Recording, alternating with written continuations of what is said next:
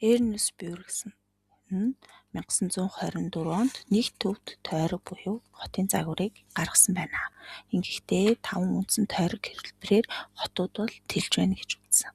Гол үзэл санаа нь газрын үн төв рүүгээ өндөр, зах руугаа хямд байдаг. Энэ нь хүмүүсийн орлого болон амьдрах орчинд сонголтонд нөлөөлдөг гэж үздэг.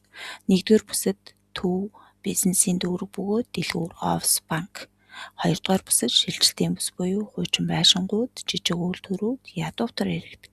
Гуравдугаар бүс нь ажилчдын суурьшлын бүс бөгөөд гэр нь үйлдвэртэйгээ ойр байх шаардлагатай бага болон дундаж орлоготой иргэд.